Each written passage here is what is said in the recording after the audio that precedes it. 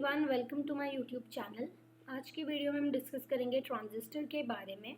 तो simple words में अगर मैं आपको डिफ़ाइन करूं कि ट्रांजिस्टर क्या होता है, तो ये एक सॉलिड स्टेट डिवाइस होता है जिसका ऑपरेशन डिपेंड करता है इलेक्ट्रिक चार्ज कैरियर्स के फ्लो पर।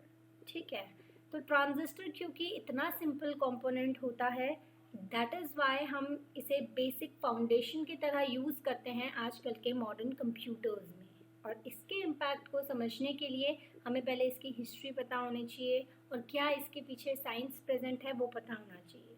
ठीक है, तो आपके माइंड में पहले तो एक क्वेश्चन आ रहा होगा कि जब इसकी डिस्कवरी नहीं हुई थी तो उससे पहले हम क्या यूज़ करते थे, है ना। तो अब हम थोड़ा बहुत उसके बारे में डिस्कस करेंगे। तो जब ट्रांजिस्टर की डिस्कवरी नहीं हुई थी तो हम वैक्यूम ट्यूब्स का यूज़ करते थे। ठीक है, तो वैक्यूम ट्यूब्स एक तरीके की बल्कि इवैक्यूएटेड ग्लास ट्यूब्स होती हैं जिसमें कोई भी गैस प्रेजेंट नहीं होती है। और इसका जो ट्रायोड होता है, it consist of 3 parts, cathode, grid and anode. Now क्या होता है कि जब हम इसमें से करंट पास कराएंगे तो जो ये कैथोड होता है ये हीट अप होगा, तो ये क्या करेगा, इलेक्ट्रॉन्स को रिलीज करेगा। और जो इलेक्ट्रॉन्स होता है, क्योंकि इसका मूवमेंट का रेजिस्टेंस काफ़ी कम है, दैट इज़ वाई अट्रैक्ट करेंगे पॉजिटिव एनोड की तरफ, और ये क्या करेगा, सर्किट को कंप्लीट करेगा। तो हम क्या कह सकते हैं कि ट्रांजिस्टर को हम एज अ स्विच यूज़ करेंगे। दैट मीन्स जब हम पॉजिटिव वोल्टेज अप्लाई करेंगे इसमें तो द बल्ब विल ग्लो, लेकिन जैसे ही हम नेगेटिव वोल्टेज अप्लाई करेंगे इस सर्किट में तो जो बल्ब है वो ग्लो नहीं करेगा। तो ओवरऑल अगर आप यहाँ देखो, जो इसका फाउंडेशन जो है, बेसिक फाउंडेशन है, वो क्या है, बाइनरी कोडिंग की तरह है ना। हमने डिजिटल इलेक्ट्रॉनिक्स में पढ़ा था कि जो डिजिटल वैल्यूज़ होती हैं वो सिर्फ 2 रीड करता है, that means 0 and 1, isn't it. तो यहाँ पे भी जैसे ही आप इस पर्टिकुलर सर्किट में पॉजिटिव वोल्टेज अप्लाई करोगे, दैट मीन्स 1 अप्लाई करोगे, बल्ब विल ग्लो। और जैसे ही आप 0 वोल्टेज अप्लाई करोगे, that means negative voltage, the bulb will not glow. तो ये इसका था बेसिक फाउंडेशन। ठीक है, तो अब हम डिफाइन करेंगे कि वैक्यूम ट्यूब्स होती क्या है। तो vacuum tubes sealed glass tubes होती हैं जिसके अंदर कोई भी गैस प्रेजेंट नहीं होती है। ये आपने ऑलरेडी साइंस में पढ़ा हुआ होगा। आगे मूव करने से पहले मैं आपको बता दूं कि ट्रांजिस्टर काफ़ी ज़्यादा एनालॉगस होता है वैक्यूम ट्यूब्स के, और वैक्यूम ट्यूब्स को हम वैक्यूम ट्रायोड्स भी बोलते हैं। ठीक है, लेकिन इन दोनों के बीच में मेन डिफरेंस क्या आता है कि जो ट्रांजिस्टर होता है वो करंट कंट्रोल डिवाइस होता है और जो वोल्टेज होता है वो वोल्टेज कंट्रोल्ड डिवाइस होता है। ठीक है, अब हम फर्दर डिस्कस करेंगे इन दोनों के बीच में डिफरेंसेस। तो पहला डिफरेंस आता है पावर कंजम्पशन। तो ट्रांजिस्टर के केस में लो होता है, दैट इज़ वाई इसमें जो हीट वेस्ट होती है वो काफ़ी ज़्यादा कम होती है। लेकिन वैक्यूम ट्यूब्स में काफ़ी ज़्यादा होता है पावर कंजम्पशन। साइज ट्रांजिस्टर का स्मॉल होता है वेयर एज वैक्यूम ट्यूब्स का ज़्यादा। कॉस्ट इसमें लेस होती है वेयर एज वैक्यूम ट्यूब्स में ज़्यादा। Portable device it is more suitable, ठीक है, लेकिन vacuum tubes are less suitable.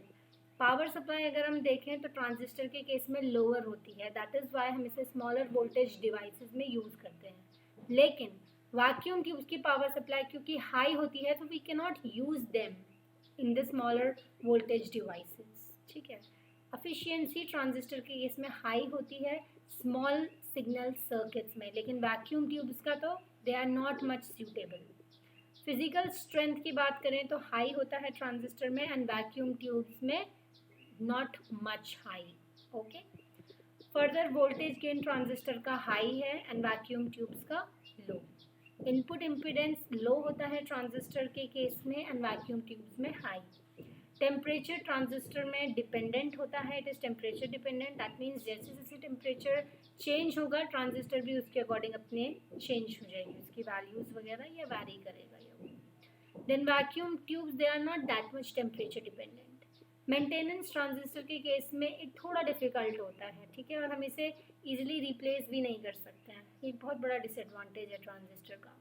लेकिन वैक्यूम ट्यूब के केस में इसे मेंटेन करना ज़्यादा मुश्किल भी नहीं होता है और हम इसे ईजिली भी रिप्लेस कर सकते हैं by the help of user.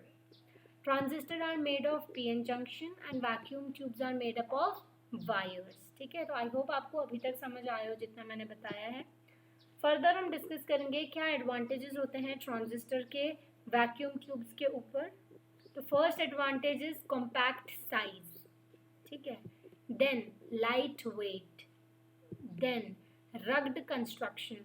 What does this means? It means कि ट्रांजिस्टर को हम ऑपरेट कर सकते हैं एक्सट्रीमली हार्श इन्वायरमेंट में और कंडीशन में।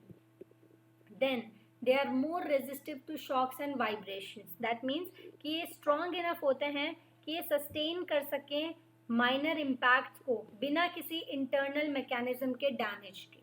ओके, देन इंस्टेंटेनियस ऑपरेशन होता है इसका, दैट मीन्स इसमें कोई हीटिंग की हमें रिक्वायरमेंट नहीं होती है। Low operating voltage, high operating efficiency, that means कोई हीट लॉस नहीं होता है इस केस में। देन इसकी लॉन्ग लाइफ। करते हैं डिसएडवांटेजेस। तो पहला डिसएडवांटेज आता है टेम्परेचर डिपेंडेंसी।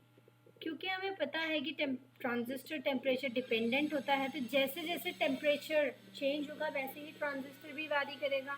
अगर थोड़ी थोड़ी देर में टेम्परेचर या ज़्यादा या कम होता है तो उसमें हमें ट्रांजिस्टर में भी चेंज देखने को मिलेगा, तो ये डिसएडवांटेज है। Further low power dissipation, that means ये जो पावर होती है वो आउटपुट में वो काफ़ी कम डिसिपेट करता है। लो इनपुट इम्पिडेंस, इसका जो इनपुट इम्पिडेंस होता है वो काफ़ी लो होता है। लाउड हम नॉइस, मतलब ये काफ़ी ज़्यादा शोर मचाता है। रिस्ट्रिक्टेड ऑपरेटिंग टेम्परेचर, इसका मतलब ये है कि इसमें जो टेम्परेचर होता है ये उधर तक ही ऑपरेट करता है, दैट मीन्स अप टू आप मान के चलो 75 डिग्री सेल्सियस। ऑपरेटिंग फ्रीक्वेंसी इसका सिर्फ फ्यू मेगाहर्ट्ज़ तक ही होती है, उससे ज़्यादा नहीं होती है। तो ये थे इसके डिसएडवांटेजेस। लास्टली हम डिस्कस करते हैं conclusion, and it says transistors को हम small integrated circuits, that means ICs में यूज़ करते हैं। वैक्यूम ट्यूब्स का यूज़ हम ज़्यादातर हाई पावर एप्लीकेशंस में करते हैं, और जो साइज़ होता है ट्रांजिस्टर का वो काफ़ी स्मॉल